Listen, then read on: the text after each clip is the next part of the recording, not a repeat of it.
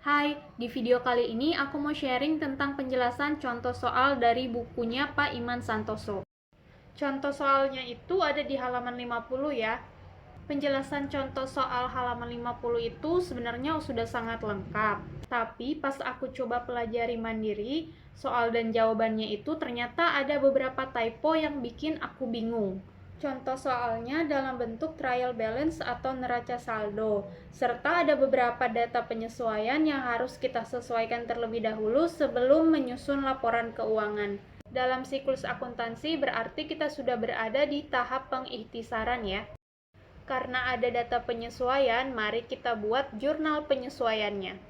Data penyesuaian yang pertama ada asuransi dibayar di muka sebesar Rp7.600.000. Nah, dalam trial balance tersebut, asuransi dibayar di muka dicatat sebagai aktiva, yaitu prepaid insurance, sebesar Rp16 juta, sehingga jurnal penyesuaian yang terbentuk adalah insurance expense terhadap prepaid insurance sebesar Rp8.400.000 yang diperoleh dari Rp16 juta dikurang dengan Rp7.600.000. Jadi data Rp7.600.000 itu merupakan sisa dari prepaid insurance yang belum terpakai ya.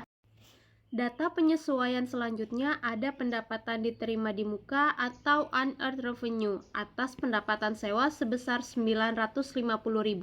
Kita lihat trial balance-nya.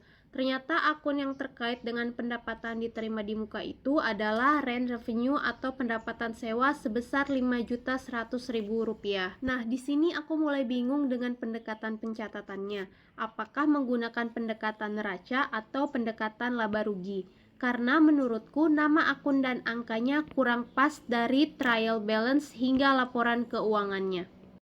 Jadi aku putusin buat nyoba pakai pendekatan neraca. Dimulai dari akun rent revenue di trial balance, aku ganti lagi dengan akun unearned rent atau sewa diterima di muka. Sehingga jurnal umumnya itu di debit kas atau bank, dan kreditnya itu unearned rent senilai Rp5.100.000. Jadi udah cocok kan antara jurnal umum dan trial balance-nya. Unearned rent Rp5.100.000. Jadi di jurnal penyesuaiannya bisa kita buat di debit unearned rent atau sewa diterima di muka terhadap rent revenue sebesar Rp950.000. Nanti unearned rent-nya masuk ke neraca sebesar Rp4.150.000 dan rent revenue masuk ke laba rugi sebesar Rp950.000. Oke, kita lanjut ke penyesuaian yang ketiga.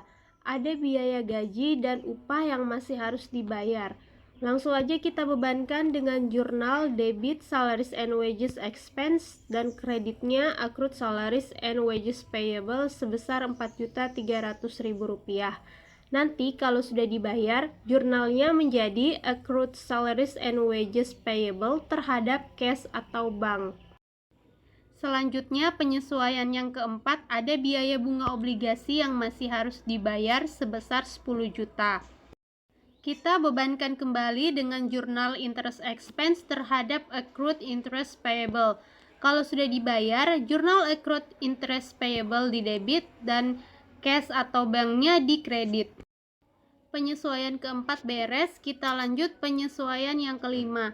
Ada pendapatan yang masih harus diterima atas bunga wesel sebesar Rp500.000. Jurnalnya yaitu di debit ada accrued interest receivable terhadap interest revenue sebesar Rp500.000. Untuk penyusutan gedung 5% per tahun, kita hitung 5% dikali nilai gedung 312 juta yaitu Rp15.600.000.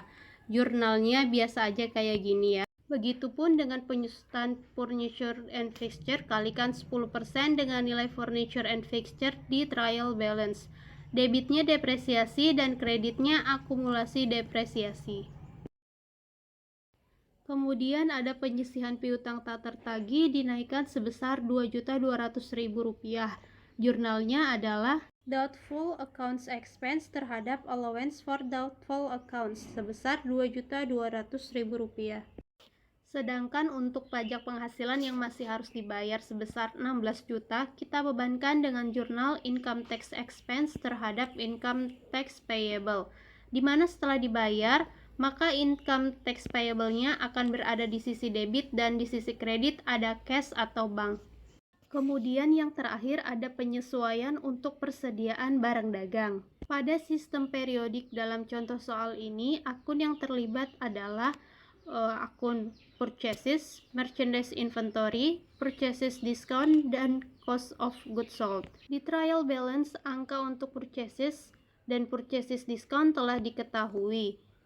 Sedangkan merchandise inventory diperoleh dari selisih merchandise inventory awal 90 juta dan inventory akhir senilai 102 juta yaitu 12 juta rupiah. Sedangkan angka COGS diperoleh dari persediaan awal yaitu 90 juta ditambah dengan pembelian bersih 318.620.000 dikurangi persediaan akhir 102 juta rupiah menghasilkan 306.620.000 rupiah untuk COGS-nya.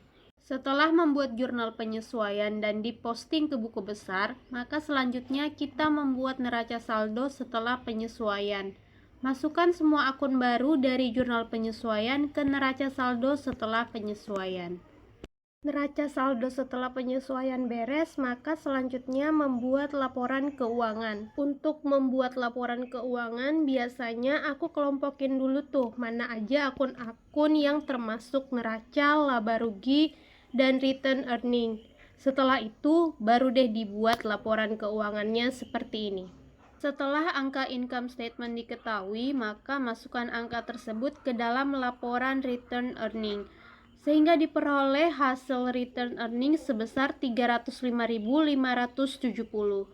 Yang selanjutnya angka tersebut kita masukkan ke dalam balance sheet, sehingga total asset, liability, and owner equity-nya sudah seimbang. Laporan arus kas tidak kita buat ya, karena informasinya masih kurang, jadi cukup sampai laporan balance sheet atau neraca saja. Jurnal penutup, neraca saldo setelah penutupan, dan jurnal balik pun tidak kubuat. Silakan tonton videoku sebelumnya tentang siklus akuntansi. Semoga penjelasannya bisa dimengerti dan bermanfaat ya. Sampai jumpa di video selanjutnya.